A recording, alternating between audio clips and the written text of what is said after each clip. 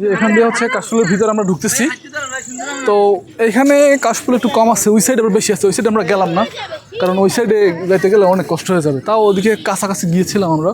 ভিতরে আবার পানি, বিকেলবেলা দুপুরবেলা বৃষ্টি পড়ছে, যার কারণে এখানে পানি আছে।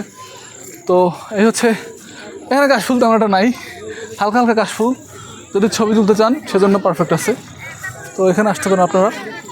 ভিতরে ঢোকার সাথে সাথে আপনাদের সামনে এই জায়গাটা মানে থাকবে, সামনে বাজবে আর কি।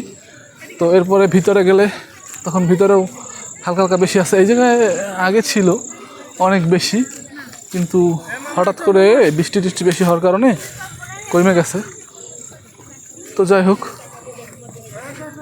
এই এলাকাটা অনেক সুন্দর, দেখে অবশ্যই মজা হবেন। এবং ভিতরে লোকজন হঠাৎ হঠাৎ বাঁচবে, আচমকা চমকেও যেতে পারেন।